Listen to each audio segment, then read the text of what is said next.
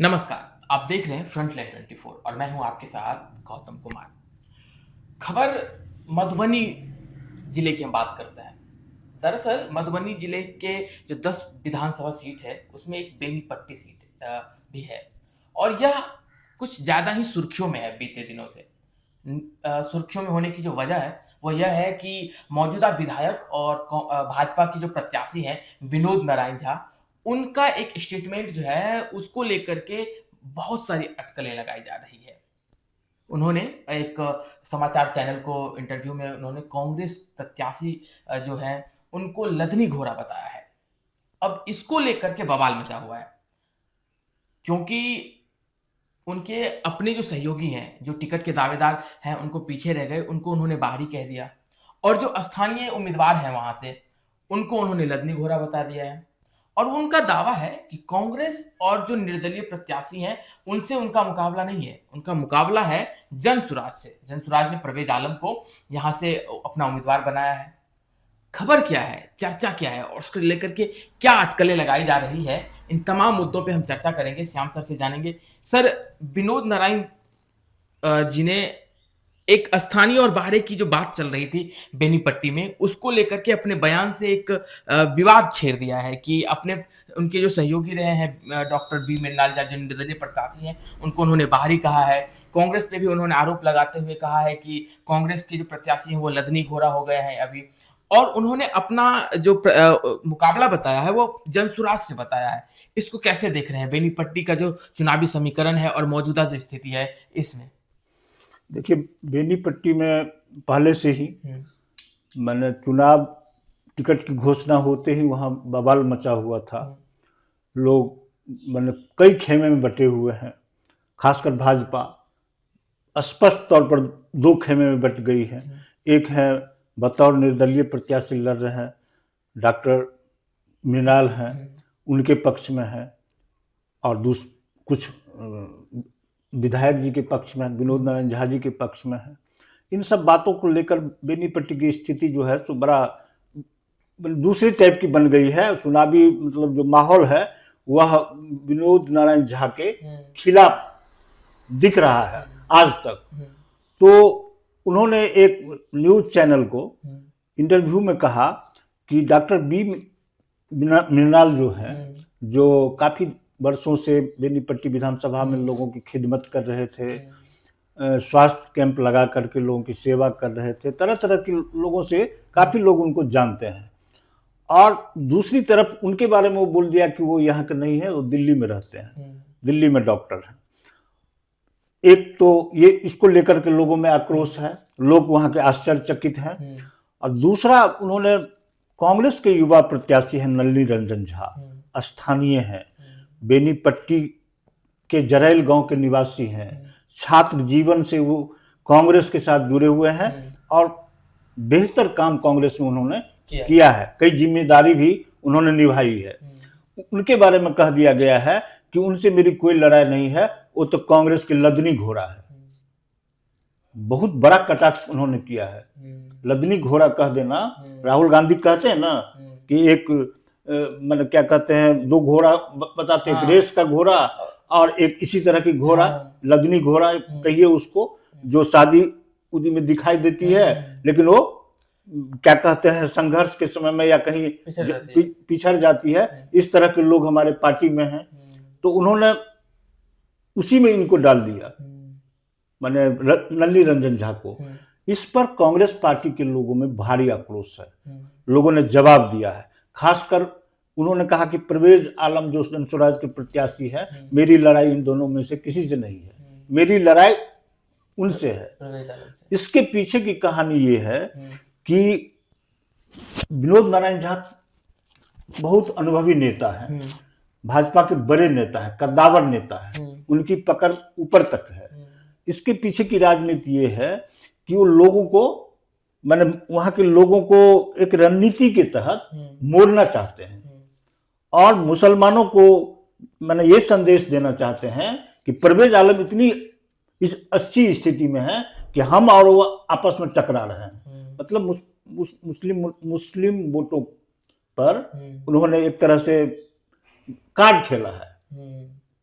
लेकिन कांग्रेस पार्टी इस पर बिफर गई है, गुस्सा में है। नलिनी रंजन झा जमीनी हकीकत यही है कि वो काफी मजबूत हैं। आज के डेट में अगर वहां आकलन किया जाए, बेनीपट्टी के लोगों से बात किया जाए, तो नलिनी रंजन झा ये रेस में सबसे आगे दिख रहे हैं। वोट का समीकरण भी यही कहता है। कारण ये है कि उनसे लोग नाराज हैं। भाजपा के कम से कम हमको लगता है कि 50% से अधिक कार्यकर्ता और नेता, स्थानीय नेता विनोद नारायण झा के खिलाफ चल रहे हैं, आज भी चल रहे हैं, पहले से भी हैं। अब इस तरह की बात से जो उन्होंने कहा है, इससे और आक्रोश बढ़ गया है। मैंने जले पर नमक छिड़कना जिसे कहते हैं, इस तरह की बात उन्होंने कह दी है और यह बहस बेनीपट्टी विधानसभा में छिड़ गया है। कांग्रेस काफी गुस्सा में है। कांग्रेस प्रत्याशी को लदनी घोड़ा कहना, मैंने उनको नागवार गुजर रहा है।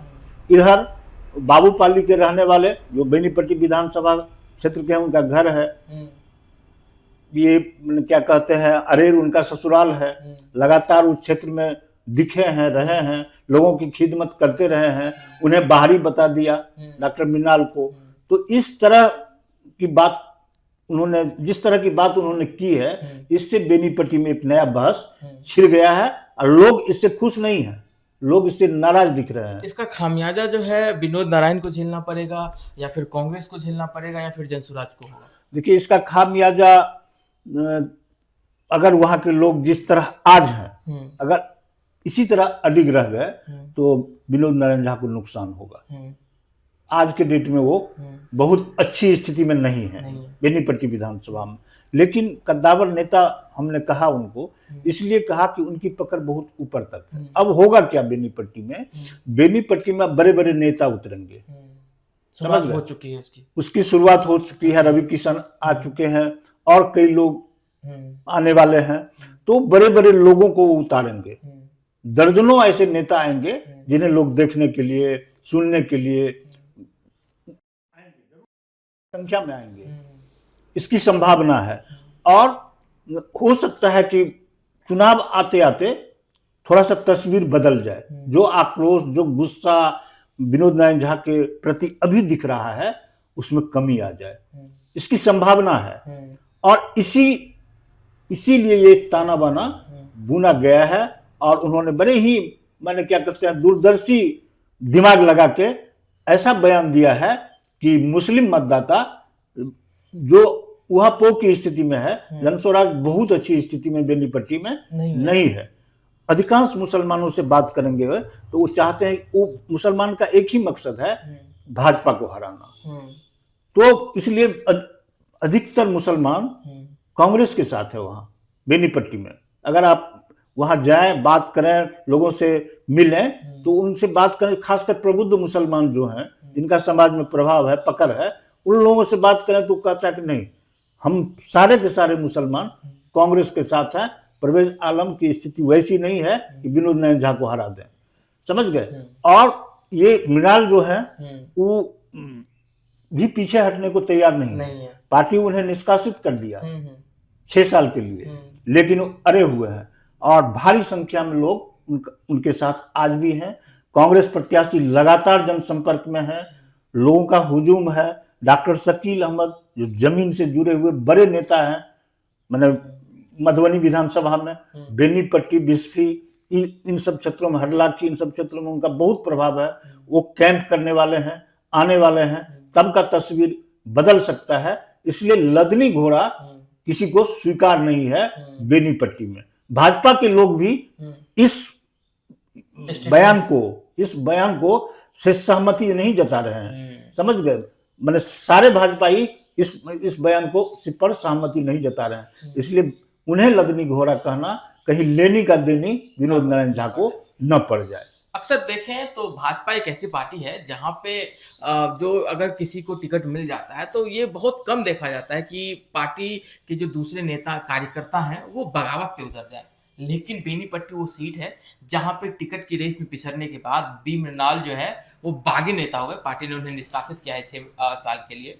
लेकिन और राजनीतिक में बयानों का आरोप प्रत्यारोप जो है वो लगता रहता है। लेकिन विनोद नारायण ने शायद जो चर्चा है उसको लेकर के देखें तो उन्होंने जो हालिया में स्टेटमेंट दिया है, बीन मंडाल को उन्होंने बाहरी बताया है और कांग्रेस पे जो उन्होंने कटाक्ष किया है, लगता है कि उन्होंने पैर पे कुल्हाड़ी मारी है, क्योंकि मौजूदा जो स्थिति है वो तो यही कह रहा है।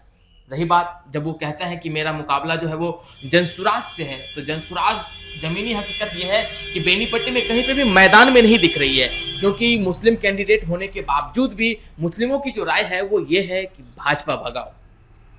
तो यह जो आरोप है एक तरह से देखें तो अपने पूर्व सहयोगी पे और कांग्रेस पे यह कैसा रंग लाएगा और क्या इसका खामियाजा विनोद नारायण को बड़ी कीमत देकर चुकानी पड़ेगी चुनाव में, इसलिए साफ हो जाएगा। नमस्कार, आप फ्रंटलाइन देख रहे हैं। आपको यह वीडियो कैसा लगा आप हमें कमेंट करके जरूर बताएं और वीडियो को लाइक, शेयर और सब्सक्राइब भी जरूर करें। नमस्कार।